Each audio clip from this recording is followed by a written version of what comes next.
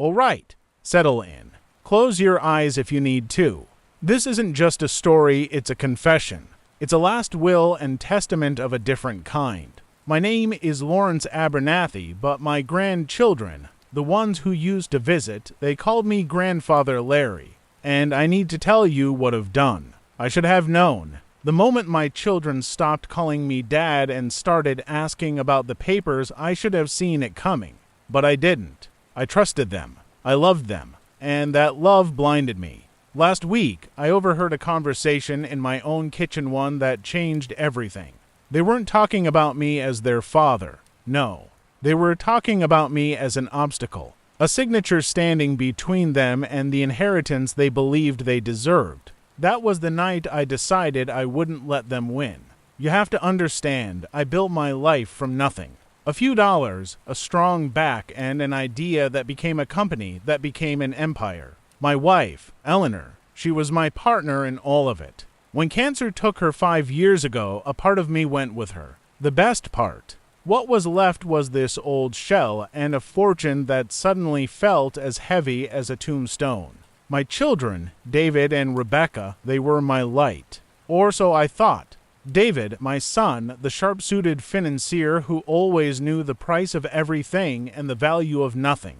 And Rebecca, my daughter, the philanthropist who hosted charity galas but never, it seemed, had a spare hour to sit with her old man and just talk. The change was subtle at first. More frequent visits. Questions about my health, my blood pressure, my will. The conversation slowly pivoted from "How are you feeling, Dad?" to "You know, the market is so volatile right now, Dad.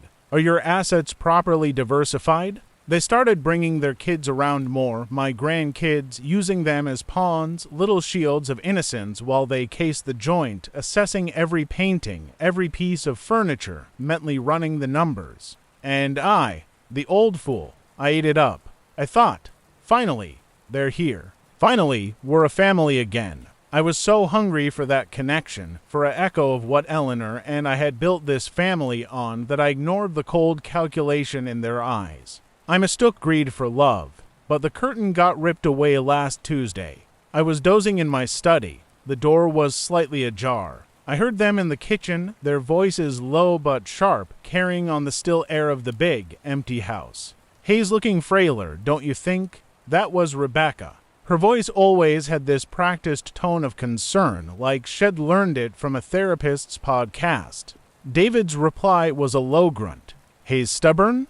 Hanging on out of spite, I think. Did you see the new medication on the counter? Heart? It's always the heart. A pause. The clink of a glass. He was helping himself to my Macallan 50, no doubt. We need to get him to finalize the trust. Marshall said the tax implications if he passes without it are catastrophic. Marshall was David's lawyer, a shark in suspenders. I know. David. I've tried. He just pats my hand and says, "Don't you worry about that, sweetheart." It's infuriating.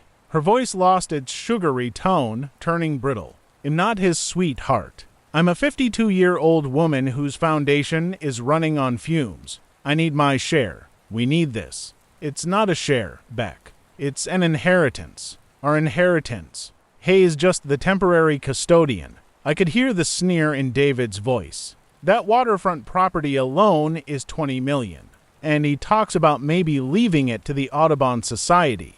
For the birds. Is he insane? My breath caught in my chest. Temporary custodian. The words felt like a physical blow. I felt my hands, resting on the arms of my chair, start to tremble. This wasn't a conversation. This was an autopsy. They were dissecting my life, my death, before I was even cold. Hayes sentimental and weak, David continued, the ice clinking in his glass. It's that simple. We need to be firm, unified. We go to him together tomorrow. We tell him it's time to sign the papers. No more delays. And if he refuses... David's voice dropped to a venomous whisper. Then we remind him that without us, he dies alone in this mausoleum. We're all he has. Hell sign. I sat there in the darkening study, the truth washing over me like a bucket of ice water. It was all a transaction. Every visit, every concerned question, every hug from a grandchild, it was all a down payment on a future they were eagerly waiting to collect. The love was a lie. The family was a fiction. The man I was, the father I thought I was, he was a ghost. I felt a pain in my chest, a tight, burning squeeze that had nothing to do with my medication. It was my heart breaking, finally and completely. But from the ashes of that pain, a cold, hard resolve began to form. A plan. They thought I was sentimental and weak. They thought they could bully a dying old man into signing away his life's work so they could squander it on vanity projects and hedge funds. Oh, my children, you have no idea who you are dealing with. I didn't build an empire by being weak. I did it by being smarter, tougher, and more ruthless than anyone else in the room. And I may be old, but that man is still in here. They wanted an inheritance. I would give them one, but not the one they were counting on. I waited until I heard the front door close, the purr of their expensive cars fading down the long driveway. Then I got up. My hands weren't shaking anymore. They were steady as stone. I walked to my desk, the big old mahogany one Eleanor had bought me 40 years ago. I opened the bottom drawer, moved aside the old ledgers and family photos, and I took out my current will. The one they knew about. The one that left them everything. I held the thick, legal document in my hands. It represented a lifetime of work. It represented everything I had. And it represented their victory. I carried it to the fireplace. With a single match, I watched it catch, the flames licking up the pages, turning their expectations to ash. The glow lit up my face, and for the first time in years, I smiled. It wasn't a pleasant smile. Then I sat down. I called my own lawyer, a man named Arthur Finch who had been with me since the beginning. A man of absolute discretion. "Artie," I said, my voice calm, clear. "It's Larry. We have work to do. Burn the old one. We're starting from scratch." I worked through the night with Artie. We didn't draft a will, we drafted a lesson plan. A masterpiece of poetic justice. Every greedy comment, every entitled sigh from my children over the years informed it. I channeled all my pain, my fury, my disappointment into this one document. It wasn't just about disinheriting them. Any fool could do that. This was about legacy. This was about teaching them a lesson they would never, ever forget. The core of the will was a course. A full semester's curriculum on ethics and personal finance. The very things they so spectacularly lacked. Detailed lesson plans, reading lists, case studies from my own business career, the good, the bad, and the ugly. There were modules on compound interest, on ethical investing, on the true meaning of wealth beyond a bank statement. And the inheritance. The multi-million-dollar inheritance. It was gone, vanished. In its place was a single, binding obligation. A clause that would tie them together in a forced partnership of misery for a minimum of 5 years. David and Rebecca would be required to personally fund and teach this course every semester for 5 years to underprivileged youth in the inner city. They would have to create the program, rent the classroom space, buy the materials all out of their own pockets. Their funding would be a modest, annual stipend drawn from a tightly controlled trust that would cover only basic, approved expenses. There would be audits. There would be oversight. There would be no loopholes. If either of them refused, the entire estate, every last dollar, every stock, every property would immediately and irrevocably go to a list of charities so exhaustive it included the National League of Junior Sluggers and the Society for the Preservation of Old Clocks. They would get nothing. Not a paper clip. It was brutal. It was beautiful. It was my final word. Artie tried to talk me out of it. "Larry, this is nuclear. They'll fight this. They'll sue each other into oblivion. They'll hate you."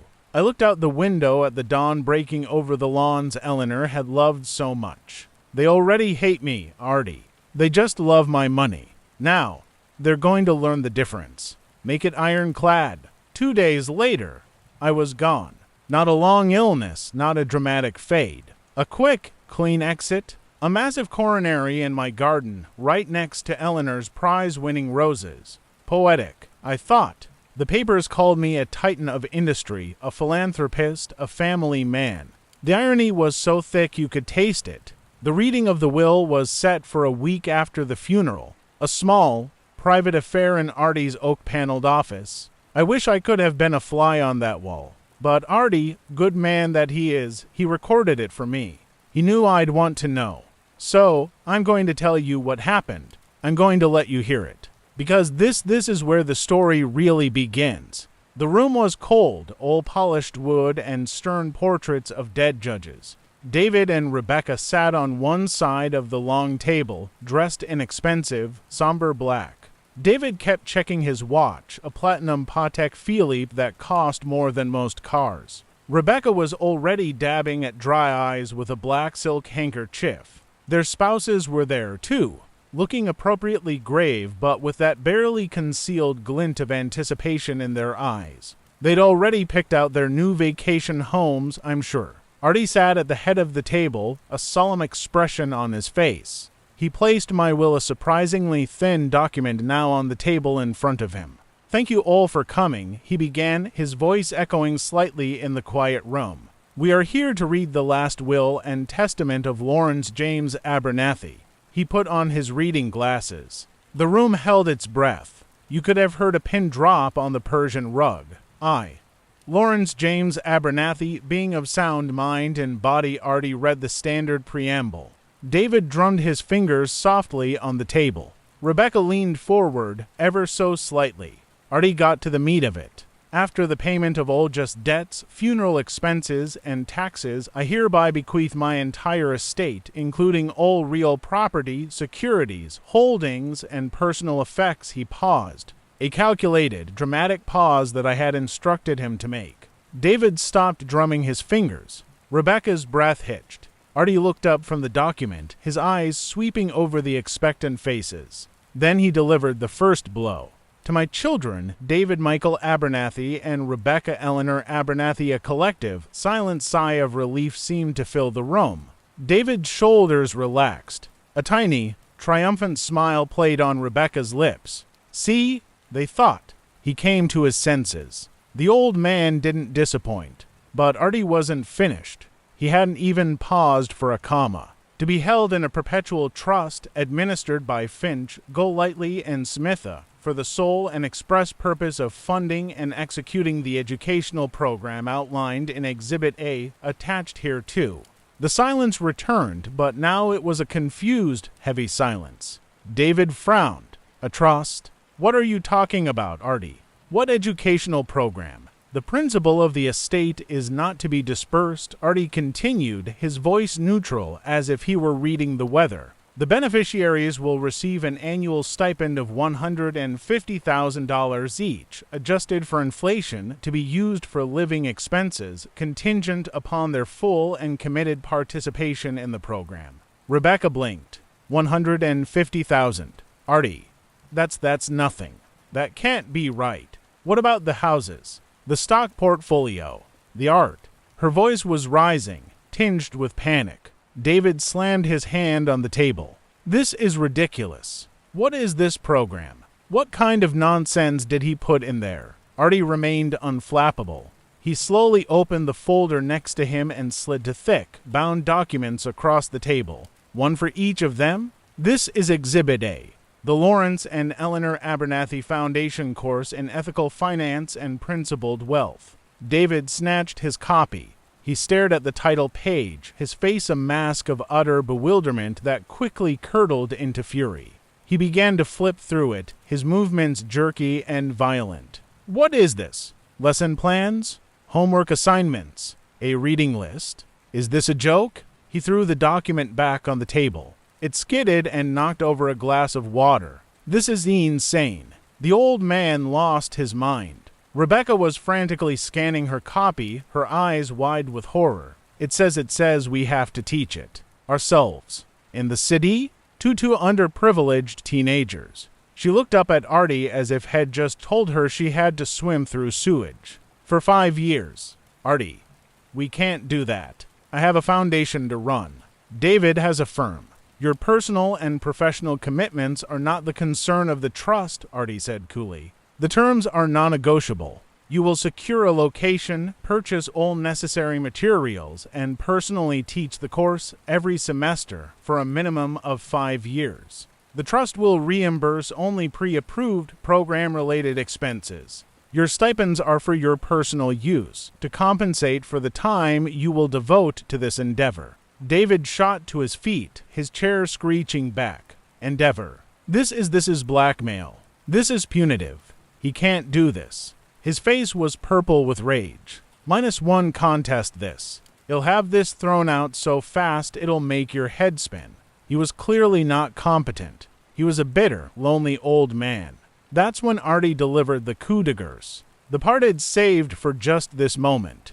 You are, of course, free to contest the will, Artie said, his voice dropping into a deadly calm. However, you should be aware of the interorum clause. The what? Rebecca whispered, her face pale. A no-contest clause, Artie explained. It states that if any beneficiary undertakes directly or indirectly to challenge, contest, or oppose this will or any of its provisions, that beneficiary shall be deemed to have predeceased me and shall forfeit all benefits, interests, and rights under this will. Their share shall be distributed equally among the remaining beneficiaries. He let that hang in the air for a moment. The legal jargon was complex, but the meaning was brutally simple. David understood immediately. He slowly sank back into his chair, deflated. So, if I fight it, I get nothing. And if you both fight it, Artie added, the entire estate immediately and without further ado is transferred to a consortium of 47 named charities. You would receive not 1 single cent. The trust dissolves. The course is cancelled. Everything goes to the let's see. He pretended to consult the document. Ah, yes. The American Association of Porcupine Veterinarians gets a rather sizable donation, I believe. The room was utterly, deathly silent. The full weight of my revenge settled upon them. They were trapped, perfectly, legally, and poetically trapped. Rebecca started to cry. Real tears this time. Tears of sheer, unadulterated fury and despair. He hated us, she sobbed, her voice breaking. He always hated us. This is his revenge for what? For living our own lives. David wasn't crying. He was just staring into the middle distance, his jaw clenched so tight I thought I could hear his teeth grinding through the recording. The sheer scale of it, the audacity of the trap, was finally dawning on him. This wasn't the act of a senile old man. This was the calculated, final move of a master strategist. He had been outmaneuvered by a corpse. There's more, Artie said softly. They both looked up, a fresh wave of dread on their faces. What could possibly be left? Artie turned a page. The will stipulates that the success of the program will be measured not by financial metrics, but by a community board. Student progress, engagement, and post-course development will be evaluated. If after 5 years the program is deemed a failure by this board due to lack of effort or commitment on the part of the instructors, that is, the two of you, the trust will be liquidated and the entirety of the proceeds will be donated to the aforementioned charities. You will have worked for 5 years for a teacher's salary and have nothing to show for it. It was the final twist of the knife. They couldn't just go through the motions. They couldn't hire substitutes. They had to actually try. They had to succeed. They had to teach others the very principles they themselves had so utterly failed to learn.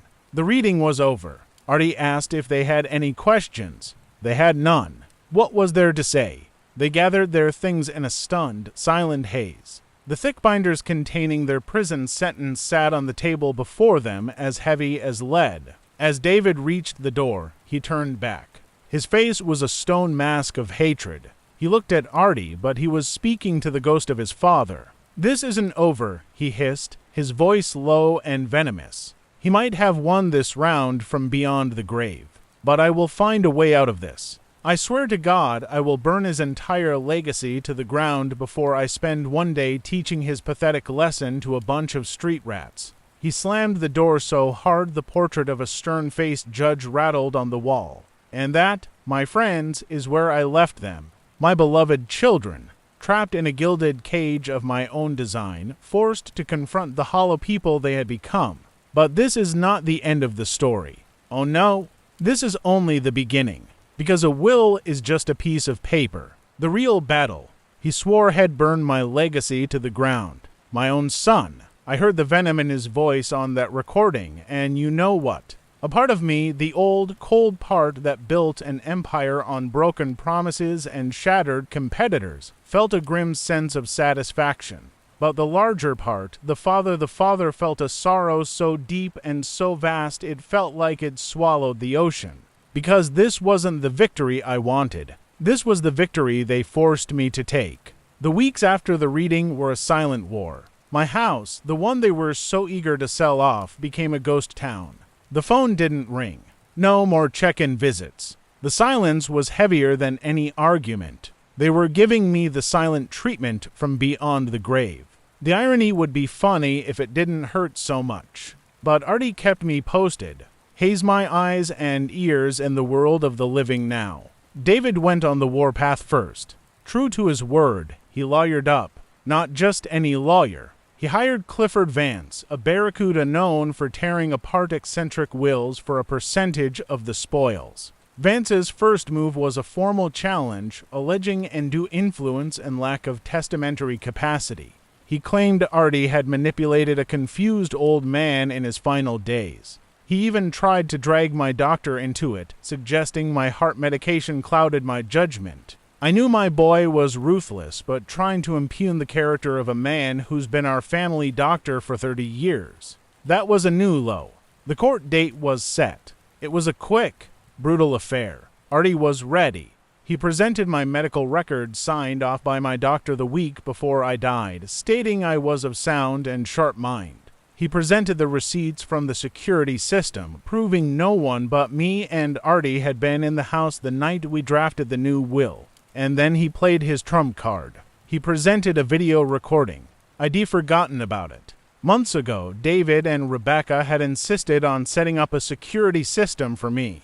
Really, it was so they could keep an eye on the place, make sure the staff wasn't stealing the silver. But they'd put a camera in the main hall. And on it, clear as day, was footage from the night I overheard them in the kitchen. You couldn't hear every word, but you didn't need to.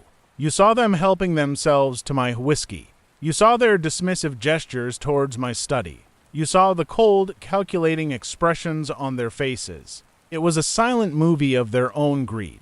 And the timestamp, it was from after the date they claimed it lost my mind. The judge, a stern woman with no patience for wealthy families squabbling over money, looked from the video to David's pale, sweating face. She didn't even need to hear the rest. Motion denied, she said, her gavel cracking like a gunshot. The will stands as written. This court will not rescue you from the consequences of your own character, Mr. Abernathy. Next case. David lost. Spectacularly. And because of the interim clause, he was on the hook for his own massive legal fees and a portion of Artie's fees for defending the estate. The first year's stipend. Gone before Head even seen a dime of it. I thought that would break him. I thought maybe, just maybe, hitting him in his wallet the only thing he truly understood would be the rock bottom he needed to finally look up. But I was wrong. So wrong. He didn't learn humility. He learned a deeper, more bitter hatred. And he turned it on the only person left to blame, his sister. The first meeting to plan the curriculum was held at my old conference table. Artie insisted on being there to facilitate. He recorded that, too. God bless that man. Rebecca arrived first. She looked tired, defeated. She had already had to cancel to major fundraisers for her foundation because the Abernathy drama, as the gossip columns were calling it, had scared off her donors. Who wants to give money to a woman who might be broke and tied up in a legal nightmare? David strode in 20 minutes late, not an apology on his lips. He threw his briefcase on the table. "Let's get this farce over with," he snarled. "Well, hire some unemployed teacher off the internet. Pay them peanuts to do the dog and pony show. Well, sign the attendance sheets and be done with it." Rebecca looked horrified. "David, we can't. The will says we have to teach it. There's a community board. They'll know. Who's going to tell them?" He shot back, his voice dripping with sarcasm. "The kids. Please. Well, pay them off with new sneakers and a pizza party at the end of the semester. They'll say whatever we want. That's fraud, David. Rebecca's voice was shrill, and it's disgusting. Have you no ethics at all? David laughed, a harsh, ugly sound. Ethics. Don't you dare get sanctimonious with me. Rebecca, you were right there with me, counting the paintings. The only difference between you and me is that I'm honest about my greed. You just hide yours behind a veil of fake charity. I felt my ghostly heartache, the venom, the sheer, unadulterated spite. I had chained them together and they were going to tear each other apart. My charity is real. Rebecca cried, tears welling in her eyes. Is it? David leaned across the table. His eyes narrowed. Then why did your foundation have a $2 million line item for administrative costs last year? That's your salary, Beck. You were running a very pretty, very tax-advantageous business that paid you to feel good about yourself. Don't talk to me about ethics. You wanted his money just as badly as I did. You're just a worse liar. The silence that followed was brutal. Rebecca looked like she'd been slapped. Because he was right, and they both knew it. It'd seen her foundation's books. It'd known for years. It'd just chosen to believe her excuses to see the good I so desperately wanted to be there. Artie cleared his throat, cutting through the tension. The terms are explicit, he said, his voice like ice. You will teach the course. Personally, there will be unannounced audits. The community board, of which I am the chairman, will interview students anonymously. Any attempt to subvert the process will be considered a failure of the program's terms. Do I make myself clear? David stared him down, a muscle twitching in his jaw. Had already lost one fight? He knew he couldn't win another. The cage had bars of legal steel. Crystal, he spat out. He stood up, grabbing his briefcase. Fine. Well, do it his way. Well, teach his stupid course. But don't expect me to enjoy it. He stormed out, leaving Rebecca sitting there, shaking, the binder of lesson plans open in front of her. She looked down at the first page. The title of the first lesson was written in my own hand, a personal touch I'd added at the last minute. Lesson 1. The true cost of things. What is the value of a promise? What is the cost of a lie? She traced the words with a trembling finger, and then she did something I didn't expect. She didn't get angry. She didn't cry. She just went very, very still. He knew, didn't he, Artie? She asked, her voice quiet, hollow. He knew exactly what we were. He heard us that night. Artie didn't answer. He didn't have to. A single tear escaped and rolled down her cheek, splashing onto the page, blurring my handwriting. Oh, God, she whispered. What have we done? It was the first crack, the first glimpse of something real. It wasn't redemption, not yet, but it was a start. It was the faintest spark of shame, but that spark was about to be plunged into cold water, because while they were fighting each other in a boardroom, the real world was moving on. The trust had to find a location for the class. Artie, following my instructions to the letter, leased a space in a community center in the North End. It wasn't a bad neighborhood, but it wasn't the world David and Rebecca lived in. It was a world of chain-link fences and corner stores, of kids with real problems and zero patience for condescension. The flyers went up. Free finance and ethics course, taught by successful business leaders. They made it sound a lot grander than it was. The first day of class arrived. A dreary, drizzling Tuesday evening. Artie was there, a silent observer in the back. David wore a $5,000 suit, as if he were heading to a board meeting.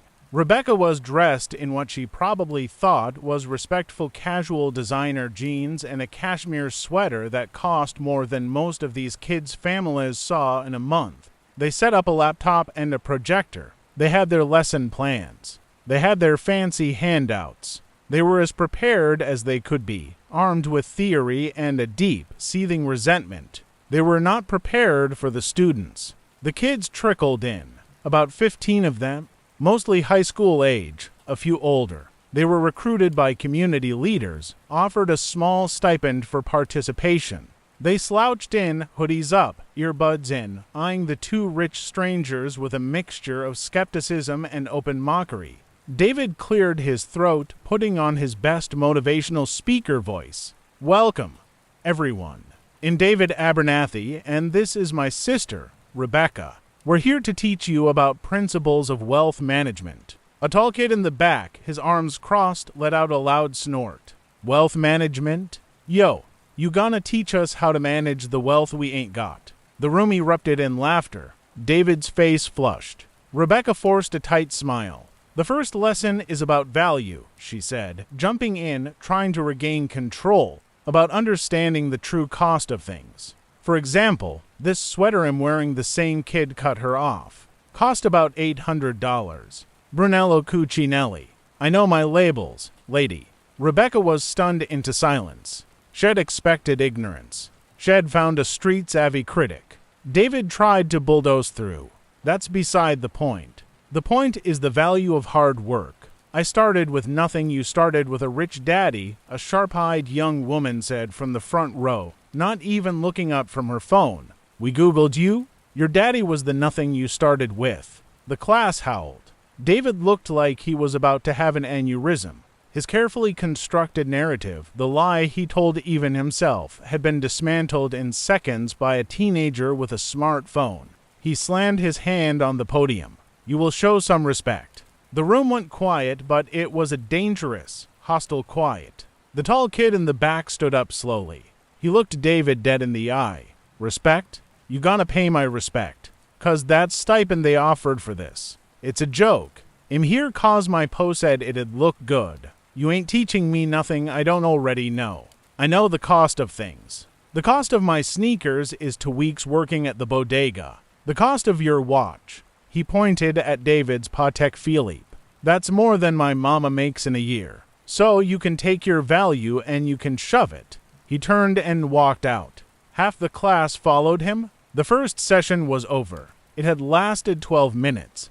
David and Rebecca stood in the suddenly empty room, surrounded by empty chairs and the echoing silence of their own abject failure. The projector was still on, casting the title of the lesson against the wall in big, mocking letters. The true cost of things. They had just been given a brutal, first-hand lesson in it. The cost of their entitlement. The cost of their ignorance. The cost of their father's disappointment. David finally moved. He didn't say a word. He walked over to the projector, his movements stiff with a rage so pure it was almost frightening. He yanked the power cord from the wall. The screen went dark. He turned to Rebecca, his face a mask of utter contempt. But this time, it wasn't just for her. It was for the room, the students, the course, for me. "This is impossible," he seethed, his voice low and shaking. "They're animals. They're ungrateful, ignorant animals. They don't want to learn. This whole thing is a sick joke." Rebecca was just staring at the door where the students had left. She looked shell-shocked. "They saw right through us, David," she whispered. "They saw right through us in 10 seconds. I don't care what they saw." David roared, losing the last shred of his control. "I'm not spending 5 years being insulted by delinquents in a rec center. There has to be another way. There's always another way." He grabbed his coat and headed for the door, but he stopped on the threshold, turning back to look at her with a new, terrifying glint in his eye. "He thought he could force us to play his game," David said, a slow, cruel smile spreading across his face. "But he forgot one thing. He's not here to enforce the rules anymore." A cold dread washed over me, a ghost's intuition. "What are you talking about?" Rebecca asked, her voice faint. David's smile widened. It was the most frightening thing he'd ever seen on my son's face. "I'm talking about changing the game. If we can't break the will, we break the program. We make it fail. Spectacularly. So publicly and so horribly that the community board will have no choice but to shut it down in disgrace. We don't just get out of this, Rebecca. We make sure that when people hear our Father's name, they don't think of some noble lesson. They think of the biggest, most embarrassing failure in philanthropic history. We don't just escape his legacy," he paused, savoring the words. "We burn it to the ground, and we salt the earth behind us." He walked out, leaving Rebecca alone in the dark, silent classroom. She slowly sank into a plastic chair, the weight of his words, his plan, pressing down on her. She was at a crossroads. She could follow her brother down a path of utter destruction, a path of revenge that would annihilate everything he'd ever built. Or she could what? Try to actually do this impossible thing. Try to teach a class that hated her. Try to find a meaning in this mess. She sat there for a long time in the dark, and I, a ghost chained to my own revenge, could only watch and wait. The battle for my legacy wasn't in a courtroom anymore. It had moved to a dingy community center, and the first shot had just been fired. He said, "Head salt the earth." My own son. I watched from my ghostly perch as David walked out of that community center, his soul rotting from the inside out, and I felt a terror I hadn't known since the doctors told me Eleanor was gone. This wasn't about money anymore. This was about annihilation. He wasn't just trying to escape my will, he was trying to erase me. And Rebecca, my daughter, sitting alone in that dark room, she was the battleground now. The war between what she had become and what she might still be was going to be fought right there in that scuffed linoleum and flickering fluorescent light. For a week, nothing happened. The silence was more unnerving than the shouting. It was the calm before the storm. David, I knew, was plotting. Rebecca, I hoped, was thinking. The second class was scheduled. I dreaded it. Artie went, his digital recorder running, a soldier heading back to the front lines. David arrived first. He was different. The arrogant suit was gone. He wore khakis and a polo shirt. It was a costume, and a cheap one at that. He looked like a banker trying desperately to look casual for a corporate retreat. He was carrying a box of brand new, top-of-the-line tablets. Incentives, he said to Rebecca flatly when she arrived, looking weary and exhausted. We give them these. They'll behave. Everyone has a price. Rebecca looked at the box of tablets like it was a box of snakes. David, we can't just bribe them into learning. That's the opposite of the whole point. The point, he said, his voice dangerously calm, is to get through this. My way gets us through this. His way? He jerked his head at the empty chairs. His way gets us humiliated. Your choice. The students trickled in, even more skeptical than before. The tall kid, Marcus, wasn't there, but the sharp-eyed young woman, Chantal, was. She took one look at the box of tablets and let out a short, derisive laugh. David ignored her. He put on a smile that didn't reach his eyes. All right, everyone. Last week got off to a rocky start. A fresh start today. We're talking about investment, making your money work for you. He passed out the tablets. The kids took them, suspicious but intrigued. For about 10 minutes, there was a semblance of order. David clicked through a PowerPoint filled with charts and graphs about compound interest. Eyes glazed over. He was talking a language they didn't speak about money they didn't have. Then he got to his example. Let's say you invest $1,000 at a 10% annual return, he said, pointing to a formula on the screen. In 30 years, that's worth, he made a show of calculating, almost $17,000. The room was silent. Chantal put her hand up slowly. Yeah, so, question? Yes. David said, a patronizing smile on his face. About the formula? No, she said, her voice clear and cutting. Where do I get the $1,000? 'Cause my mom's got about 3 days to come up with $800 for the landlord, or we're getting a notice to quit. You know what that is? That's an eviction notice. So should she invest that $800? Or should she pay the rent? David's smile froze. He was floundering. Well, that's a separate issue. This is a theoretical exercise. Your theory is our life, man, another kid muttered, shaking his head and going back to playing a game on his new tablet. David's composure began to crack. You have to start somewhere. You have to have vision. Discipline. I got discipline, Chantal shot back. I got the discipline to work 20 hours a week at a check cashing place after school so my little brother can have shoes that fit. That's my return on investment. His feet not hurting.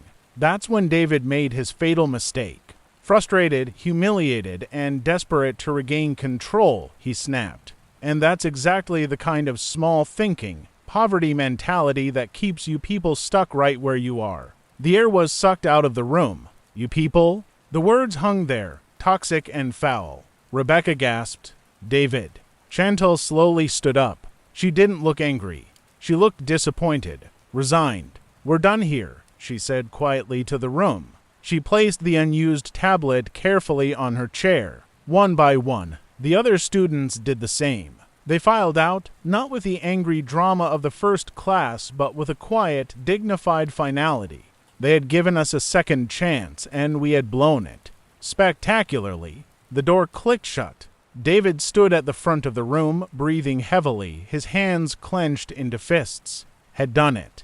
Had engineered the failure he wanted. But as he looked around at the empty chairs and the abandoned, expensive tablets, I don't think he felt the triumph he expected. Rebecca walked up to him. She didn't say a word. She just looked at him, her eyes filled with a mixture of horror and pity. Then she picked up her purse and left. That was the end of David and Rebecca's partnership.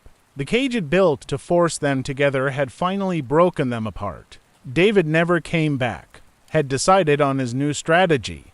Malicious compliance, had to the absolute minimum, fund the program just enough to not trigger the clause, but he would sabotage it with his absence, making it impossible for Rebecca to succeed on her own. Had wait her out, let her fail, and then swoop in to collect the ashes. Rebecca was alone, and for the first time in her life, she had absolutely no idea what to do.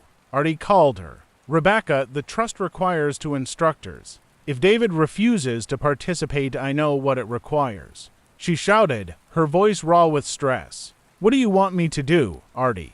Drag him here in chains. Hayes trying to sink this thing.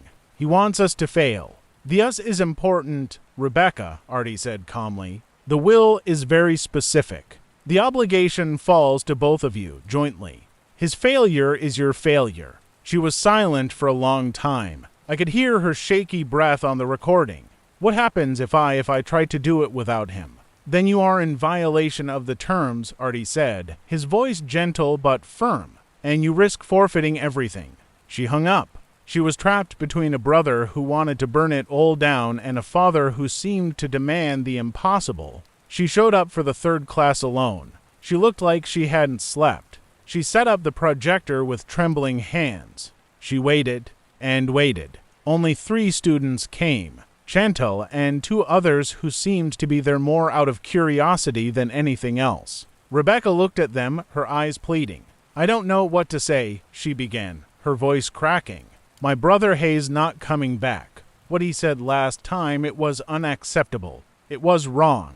Chantal just watched her, arms crossed. The course, Rebecca stammered, gesturing weakly to the lesson plan. It's about ethics. And finance. My father, he thought it was important. Why? Chantal asked. Not a challenge. A genuine question.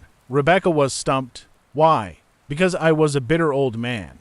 Because I wanted revenge. She couldn't say that. I don't know, she whispered, and it was the most honest thing she'd said in years. A single tear traced a path through her makeup. I thought I knew him. I thought I knew what he wanted. But I don't know anything.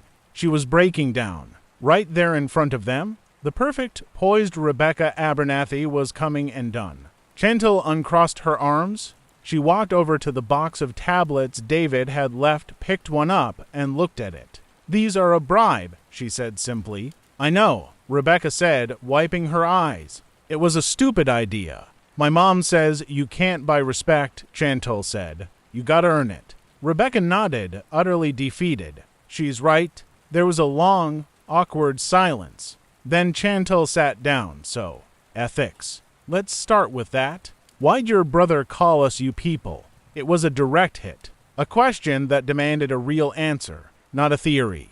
Not a formula? The truth. Rebecca took a deep, shuddering breath, and she started to talk. She didn't talk about finance. She talked about her life. The big, empty house. The father who was always working. The mother who got sick, the brother who became a stranger obsessed with numbers. She talked about the gala parties where everyone talked about changing the world but nobody really did anything. She talked about her foundation and how she realized, sitting in this very room, that it was mostly just a way to make herself feel better. She talked about the night in the kitchen. She confessed to it. She laid her own greed and entitlement bare before these 3 teenagers. She was teaching lesson 1, the true cost of things. And the cost of her life, she realized, was her soul. She wasn't lecturing. She was confessing. The kids listened. They didn't interrupt. They just listened. When she was finished, spent and raw, Chantal nodded slowly. "All right," she said. "So that's the ethics part. That's the cost. Now, what's the finance part? How do we not end up like that?" It was the question. The only question that mattered. Rebecca looked at them, really looked at them. For the first time, she wasn't seeing underprivileged youth. She was seeing Chantal, a 17-year-old girl who was smarter and tougher than she'd ever be. She was seeing Miguel, who wanted to be an engineer. She was seeing Jasmine, who wrote poetry that could cut glass. She saw people, and she saw a flicker of a chance, not to fulfill the will, but to understand it. "I don't know," Rebecca said again. But this time, it wasn't a cry of despair. It was a statement of fact. "But maybe we can figure it out together." She pushed the fancy lesson plan binder aside. She closed the laptop. "Forget what's in there," she said. "That was my father's answer. We need to find our own. What do you need to know? What questions do you have? Real questions?" Chantal leaned forward. "How do I get a bank account without them charging me fees I can't afford? Miguel, what's a credit score? Really? And how do I get one without going into debt? Jasmine, my grandma gets these calls about reversing her mortgage. Is that a scam? Real questions? From real lives." Rebecca didn't have the answers, but she had a phone, and she had a lifetime of knowing people who did know. "I don't know," she said for the 3rd time, a tiny smile touching her lips, "but let's find out." She called a banker she knew, put him on speakerphone, and had him explain basic account fees to a 17-year-old. She called a financial advisor and had him demystify credit scores. She looked up reverse mortgage scams on the FTC website with them. It wasn't a lecture. It was a conversation. It was messy. It was inefficient. It was the most authentic thing that had ever happened in that room. And it was the beginning. Word got around. The classes weren't a joke anymore. Rebecca wasn't a punchline, she was a person, trying, failing, and trying again. She stopped wearing cashmere. She started bringing in pizza not as a bribe, but because they were working through lunch. She listened more than she talked. She was learning. My daughter, the socialite, was getting an education. She tried to tell David about it. She went to his sleek, sterile office, buzzing with the sound of money being moved around the globe. "You wouldn't believe these kids, David," she said, a light in her eyes I hadn't seen in decades. "They're so sharp. They just need a chance. We could really do something here." David looked up from his Bloomberg terminal, his face a mask of bored contempt. "We? There is no we. Rebecca, you've chosen to play school teacher. I have a company to run." This is what he wanted. She insisted. Not the money, the connection, the purpose. David laughed, a cold, empty sound. "Purpose? Don't be pathetic. He wanted to punish us, and you're falling for it. You're groveling in the dirt for a man who's been dead for months, hoping he'll finally give you a gold star from beyond the grave. It's sad." The light in her eyes flickered and died. "You're wrong. Am I?" He stood up, walking around his desk. "Let me tell you what's going to happen. You're going to play your little game for a while. You'll get attached. You'll think you're making a difference. And then, when you've poured your heart and soul into it, I'm going to pull the funding.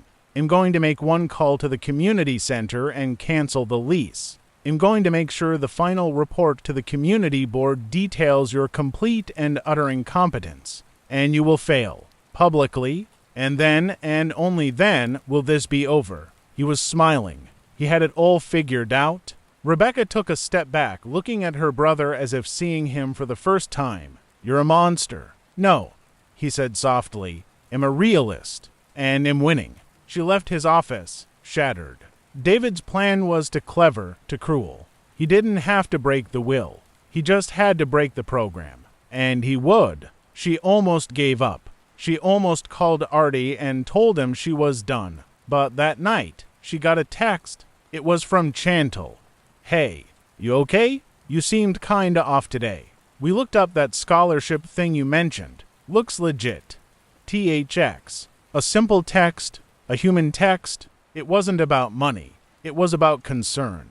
About thanks. It was the one thing David's millions could never buy." Rebecca didn't quit. She got smarter. She got tougher. She knew David was a threat, so she started building a fortress around the program. She incorporated it as a nonprofit, separating its finances from David's control. She used her social connections not for galas, but to find real experts, accountants, lawyers, entrepreneurs who would volunteer their time to talk to the kids. She became a fighter. The months turned into a year. Then 2. The class grew. 15 students. Then 20. They weren't just showing up for the stipend anymore. They were showing up because they were learning things they could use. How to spot a predatory loan. How to negotiate a salary. How to create a budget. They were learning the language of the system that had always been used against them. And Rebecca, she was changing. The designer clothes were replaced with simple, practical ones. The practiced, philanthropic smile was replaced with real, tired laughter. She was losing the Abernathy fortune, but she was finding herself. David watched it all from a distance, his fury growing. His plan wasn't working. She wasn't failing, she was thriving. The program was getting noticed. There was a small article in the local paper. Philanthropist's daughter finds new purpose in father unusual legacy. The word purpose must have burned him like acid. He decided to accelerate his plan. He couldn't wait 5 years. He had to act now. He set his trap with the precision of a master financier. He found a weakness, the stipends. The trust paid the students a small weekly stipend for participation to offset their lost wages from after-school jobs. It was administered through the program. One Friday, the payments didn't come through. Panicked texts started flooding Rebecca's phone. "Where's the money? I was counting on that. My phone bill is due." Rebecca called the bank. The program's account was frozen. Suspicious activity. Her blood ran cold. She called Artie. Artie confirmed, his voice grim. He filed an anonymous report with the bank, alleging financial mismanagement and embezzlement. It's a standard procedure. They freeze everything until it's sorted out. It will take weeks. It was a masterstroke. It didn't violate the will. He was just a concerned citizen. But the damage was instant. The trust the students had in her, the trust she'd spent 2 years building, evaporated overnight. The next class was a disaster. The students were angry, hurt, betrayed. "You're all the same," one boy yelled. "You get our hopes up and then you pull the rug out. That money was for my little sister's birthday present." Chantal just looked at Rebecca, her eyes hard. "Is it true? Were you stealing from us?" Rebecca looked at their faces, saw the hope dying, and felt David's victory looming. This was it. This was how he won. Not with a court order, but with a whisper campaign that turned her own students against her. She could have fallen apart. She could have blamed David. They wouldn't have believed her. Instead, she did something extraordinary. She stood up in front of them and she told them the truth. The whole, ugly, family truth. "The report was made by my brother," she said, her voice clear and steady, though her hands were shaking. "Hayes trying to shut this program down. Hayes trying to make me fail. Because my father left us his fortune, but only if we taught this course. And my brother, he doesn't think you're worth it." The room went dead silent. "Had rather have the money than help you. Had rather see this fail than see me succeed. The frozen account, that's his doing. But the money isn't gone. It's just frozen." She reached into her bag and took out her personal checkbook. Her hands were steady now. "The stipend is $50 a week," she said. "There are 20 of you here today. That's $1,000. She wrote a check, right there, from her personal account. She held it up. "This is my money, not the trust's, mine, and I'm giving it to you. Not because I have to, because I want to. Because you've earned it, because your time is valuable, and because I will not let my brother win." She walked around the room and handed a $50 bill to each student. She looked each one in the eye. When she got to Chantal, the girl didn't take the money right away. "Why are you doing this?" Chantal asked, her voice low. "Because he was wrong," Rebecca said, her voice thick with emotion. "And my father was right. This isn't about the money. It never was. It's about this." She gestured between the two of them. "It's about showing up. It's about keeping your word. It's about the true cost of things." Chantal took the money. She nodded just once, a nod of respect. The mutiny was over. The trust wasn't just restored, it was forged in fire. They were no longer teacher and students. They were allies in a war against a common enemy, greed. David's plan had backfired, spectacularly, had meant to prove that Rebecca was a fraud. Instead, she'd proven her integrity in the most powerful way possible with her own wallet. The 5-year mark arrived, the day of reckoning. The community board, led by Artie, was to deliver its final assessment. The conference room was packed. Students, past and present. Community leaders. Rebecca sat at one end of the table, looking calm but pale. She'd done all she could.